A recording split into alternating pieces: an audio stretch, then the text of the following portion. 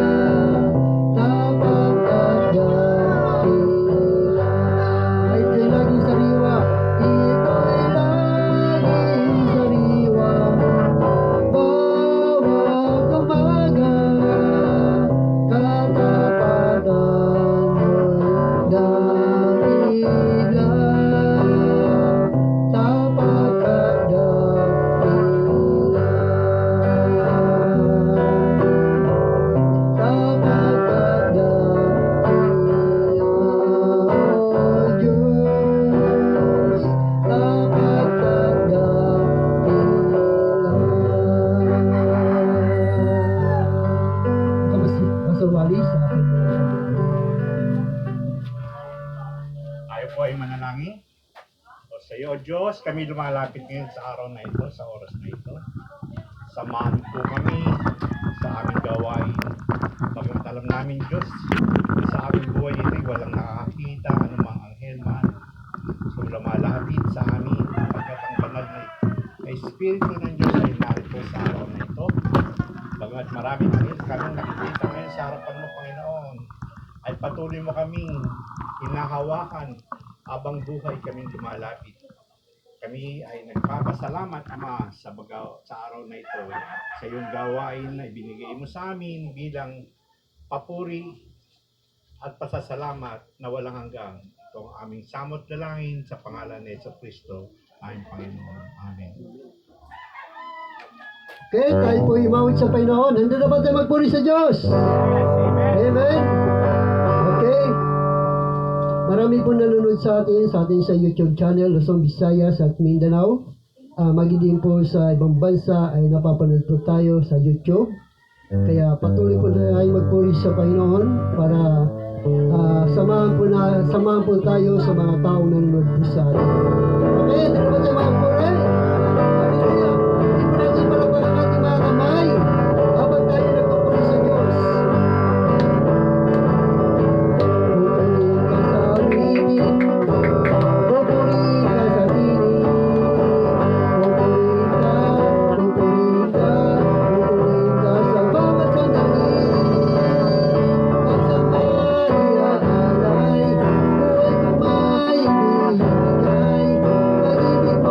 Walang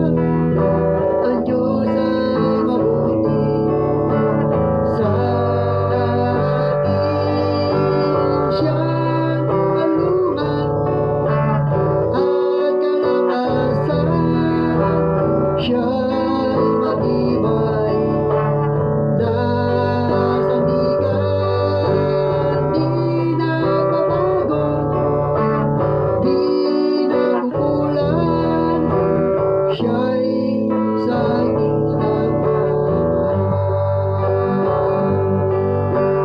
Siya'y sa aking nagmamahal.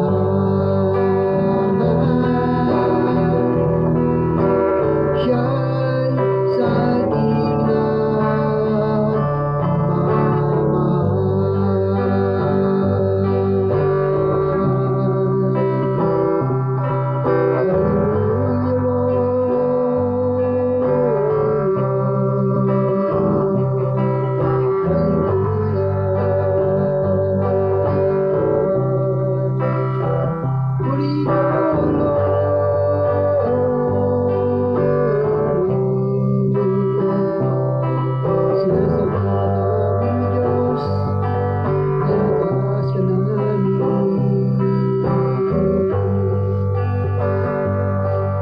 Salamat Panginoon sa Espiritu ng Diyos sa iyong patuloy na pagbibigay sa amin ng kagalakan, kapayapaan sa aming mga puso. Marami man kami na kaunti, ay masaya kami na nagpupuli at sumasamba sa iyo. Ngunit dalangin namin na hindi lamang kami karapat-dapat na magpuri at magsamba sa iyo, pero dalangin namin ang aming mga kapitbahay, kaibigan, kakilala, kamag-anak, tiyahin o tiyuhin, pamangkin o Diyos. Nais namin silang makasama sa ipinangako niyo po sa amin. Yung langit, yung tahanan sa langit, Panginoon, mansyon na ang aming daraanan na nilang tayo dito, O Diyos.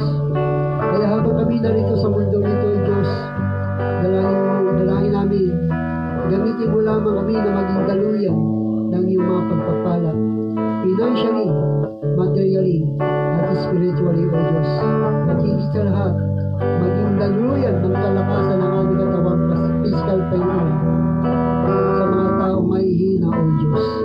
Kaya purihin ka, samahan niyo po kami sa lalalabi naming gawain sa lugar po ito, sa pangalan ng Ama, ng Anak, at ng Banal na Espiritu Santo, sa pangalan ni Jesus. Amen. Amen.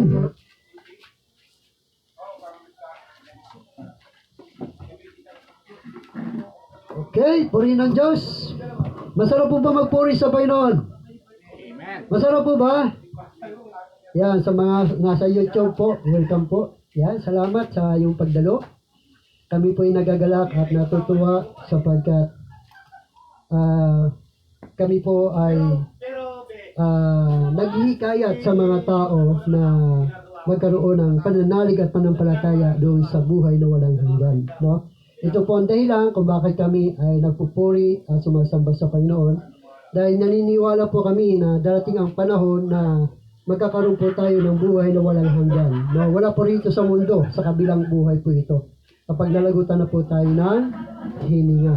No? Kaya hanggat buhay po tayo, matuto po tayo magpuri at magsamba po sa Panginoon. Sabagat darating ang araw na harap po tayo sa Diyos na hindi po nating inaasahan. No? Hindi po natin inaasahan ang pagharap natin sa Diyos. Ito ay biglaan lang po ito sa buhay po natin.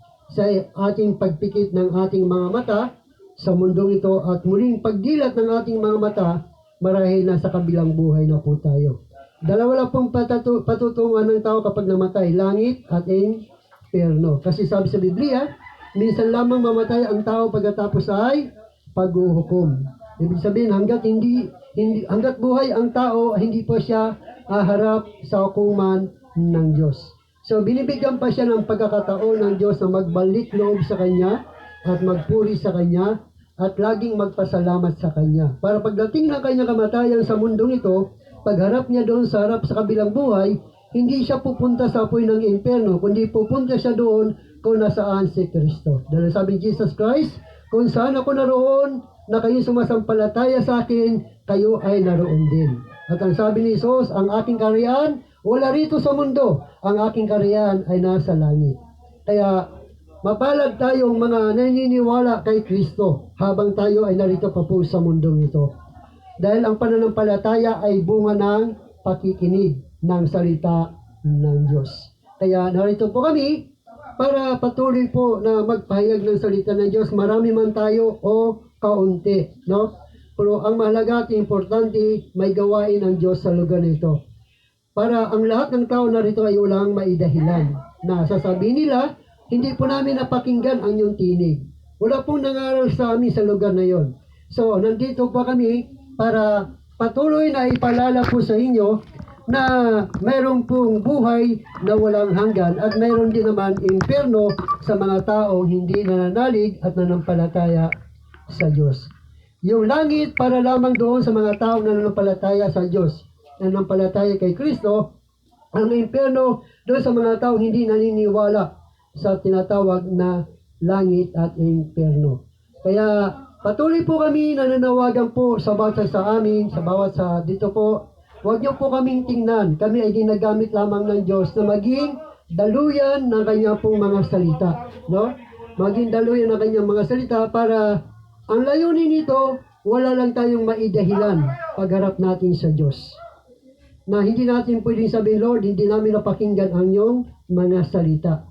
So, ibig sabihin, kami ay ibinibigay namin ang aming buhay sa Diyos.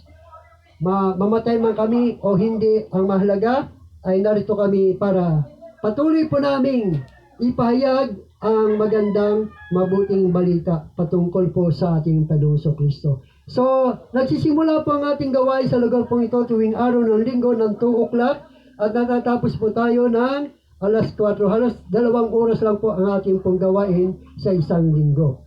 No? Kaya, purihin ng Diyos sa bawat isa po sa atin. At ngayon po ay handa na ba tayo makinig ng salita ng Diyos?